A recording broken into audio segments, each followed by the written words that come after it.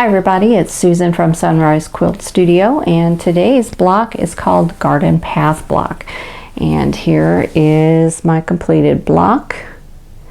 And this one uses flying geese units, half square triangles, and single squares. There's just a lot of them and they go together in a different layout. So this one isn't difficult if you watch your layout. What I did was lay everything out before I sewed it together, and that helped quite a bit. So I'm going to show you my sample block too. This is the one I did first. This one was from scraps. This is a good block for scraps because you don't need a lot of any one fabric. This section here that forms kind of a square, which you can see it better in this one. It forms kind of a diamond shape, I guess. If you have scraps that are kind of the same color base, like on here, I've got two different fabrics in here. I've got three different fabrics in here, but they're all the same color base, so it, you know, kind of unites it there, so it looks like just one piece. This one I didn't have that, so I just used two shades of one color. So they're shades of kind of a turquoisey color, and so it's a little bit different look. So just go through your scraps and find some pieces that you like, and I hope you'll join me in making the Garden Path quilt block. Here are the fabrics that you need for the Garden Path quilt block. For A, you need 4 2.5 by 4.5 inch rectangles. For B, you need 2 3-inch squares. For C, you need 8 2.5 inch squares, and you'll need to draw a diagonal line on the wrong side of these. For D, you need 4 3-inch squares. For E, you need 8 2.5 inch squares. And then for your background, you'll need F, which is 4 2.5 by 4.5 inch rectangles. G is 8 2.5 inch squares, and H is 6 3-inch squares. And you'll need to draw diagonal lines on the wrong sides of the G and the H squares. So I'm going to adjust the camera and we'll get started making the Garden Path block. Okay, so first thing we're going to do is to make flying geese units, and we need to make two different sets. We need to make one set with F rectangles and C squares, and for the other set we need A rectangles and G squares. So we're just going to go ahead and start with the A and the G pieces.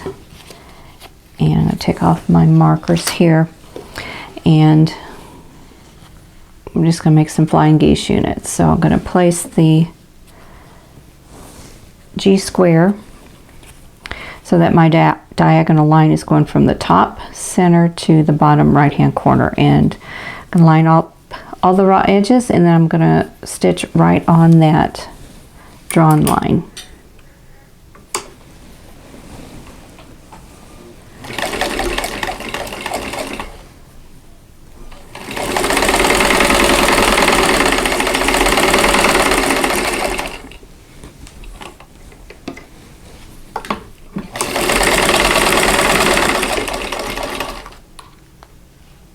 Okay, and then I'm going to trim 1/4 inch away from that seam on the outside.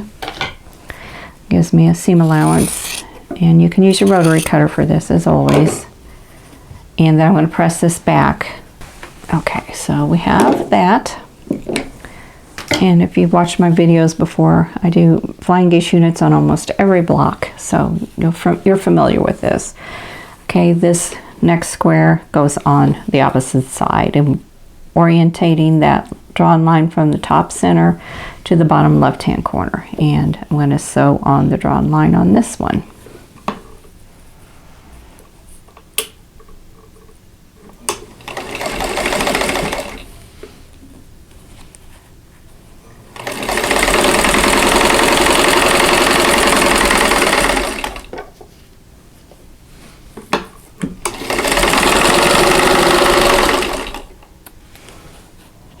Okay, I'm going to trim on this one too, same way, and press, and there's the flying geese unit. So I'm going to finish the rest of these here, and then I'll move over to the F and the C pieces, and I'm just going to sew them all together. I'm going to chain piece, so I'll be doing one side and then I will trim and press, and then I'll do the other side.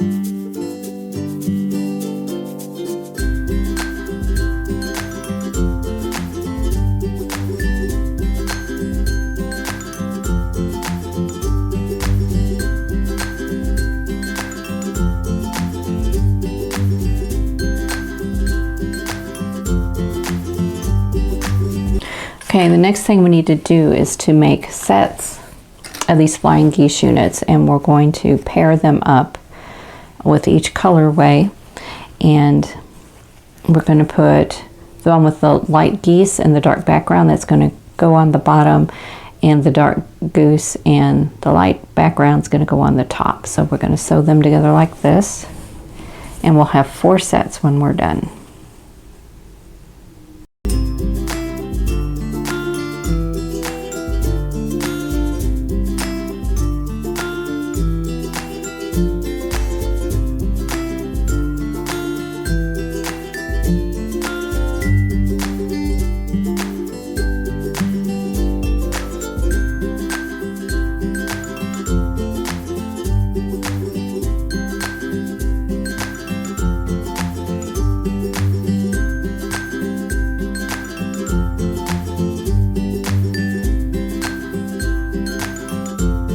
Okay, so this is what those look like. Okay, so we're going to make 1 4 patch with the E squares, and just choose whatever colors you want.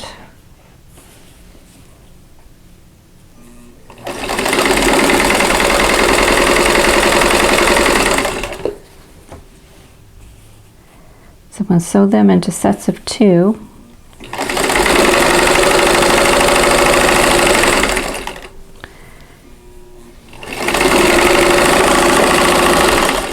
And then I'm going to press these and sew them together to make the 4 patch. So I'm just going to nest that seam together and then sew this.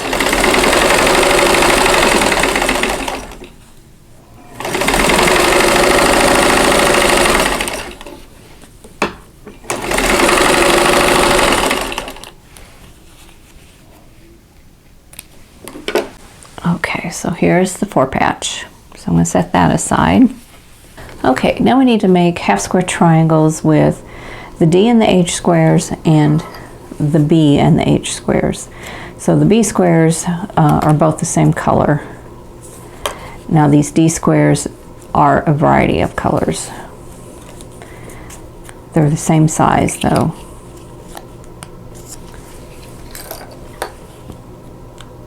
So we have a diagonal line drawn on the wrong side of our background pieces. And we're just going to sew these 1/4 inch away from both sides of that diagonal line. And then we'll cut them apart and press, and then we need to trim these down to measure 2.5 inches square.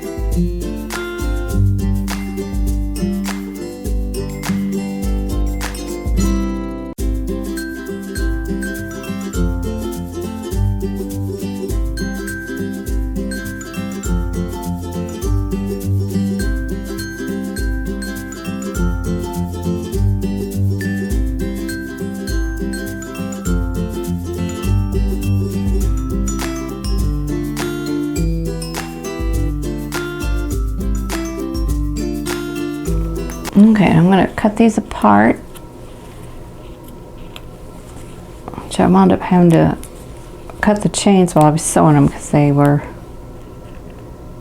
not going through as smoothly as I wanted. So let's cut on this diagonal line here. And then I'm going to press and trim. Okay, now it's time to work on the outer corner units. And for me, what is easiest to do is to lay out the sections that I've already sewn together. So I have the 4 patch in the middle, and then I'm going to put the flying geese units surrounding it. So the light flying geese units are going to go up against the 4 patch unit.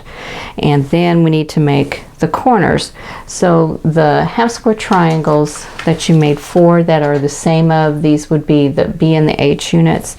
They're going to go in here. So what you're going to get is a continuing line here. You're going to get a box. And then you need to put half square triangles and a square that are all pointing in. So the rest of your half square triangles and your E squares. So they're going to go like this. Like that. So what we're going to do is to sew these 4 patch units together that are made with the E squares and the H and D half square triangles and the B and H half square triangles. So like that. So I'm going to be sewing all of these together, and then I'll be able to sew everything into rows and then sew the rows together.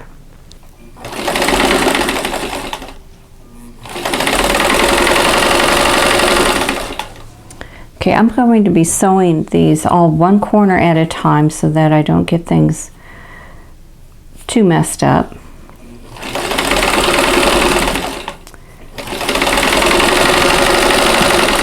Because that would be easy for me to do.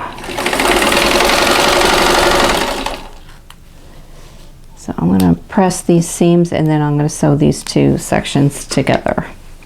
So I have these 2 units pressed, and they're going to go like this, and I'm going to sew these 2 together.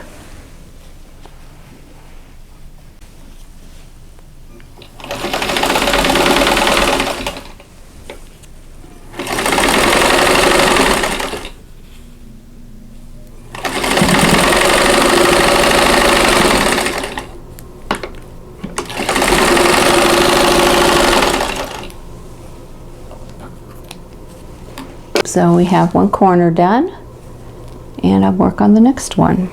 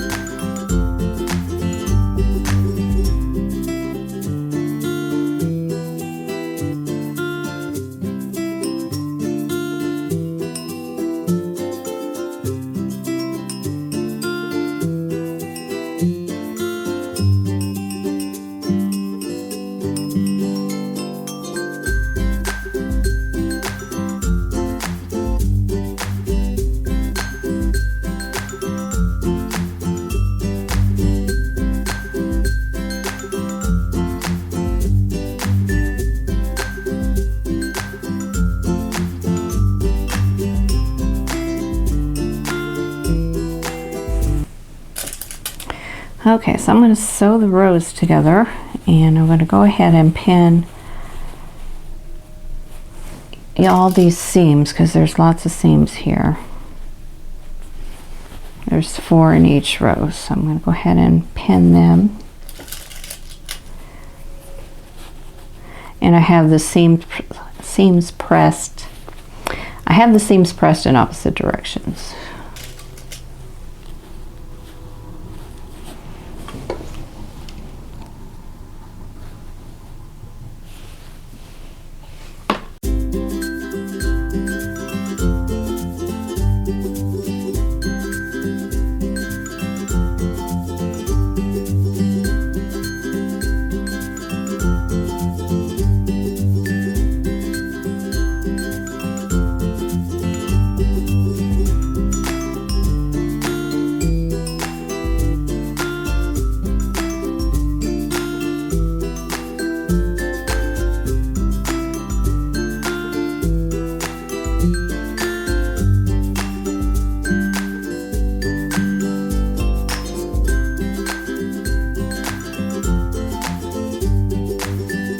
Okay, so here's my completed block. This one it's a little bit tricky to put together. It works better for me if I lay everything out like I showed you earlier. A couple of problems is that there are a lot of seams, and they get bulky in places, and they don't want to press all the time the way you want them to go, so you just have to work with that. Now this one I didn't get pressed really well, so I have to work on that some more. But otherwise, it's just half square triangles, squares, and flying geese units. So it's nothing different than what we've been doing for ages now, but they're just put together in a different pattern. And here's my sample one. So you can see this one is with some Lori Holt fabric scraps that I had. This one is with Nutmeg by Basic Gray. So it's two different looks. Let's see here, this is a softer look. This one has more contrast in it. So this would look good with any set of scraps that you have. You don't have to, you know, just choose whatever you like, whether you like pastels, traditional, modern, 30s, 1880s, Civil War reproductions, whatever you want. And, go ahead and make your blocks. So this is it for the Garden Path block. Okay, that is it for the Garden Path quilt block. I hope you enjoyed this one. It was a little bit challenging, but it's a really striking block. So this one looks really good.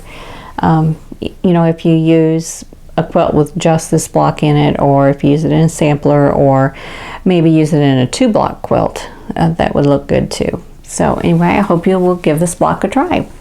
Now, if you like this video, please click that like button. Don't forget to subscribe if you haven't already, and click that notification bell so you'll be notified when the next video comes up. And in the meantime, I hope you're all staying safe and healthy, and I'll see you in the next video. Thanks for watching. For more quilting ideas, click on the video links. And to keep up with my latest projects, click on the subscribe button. I hope to see you again soon.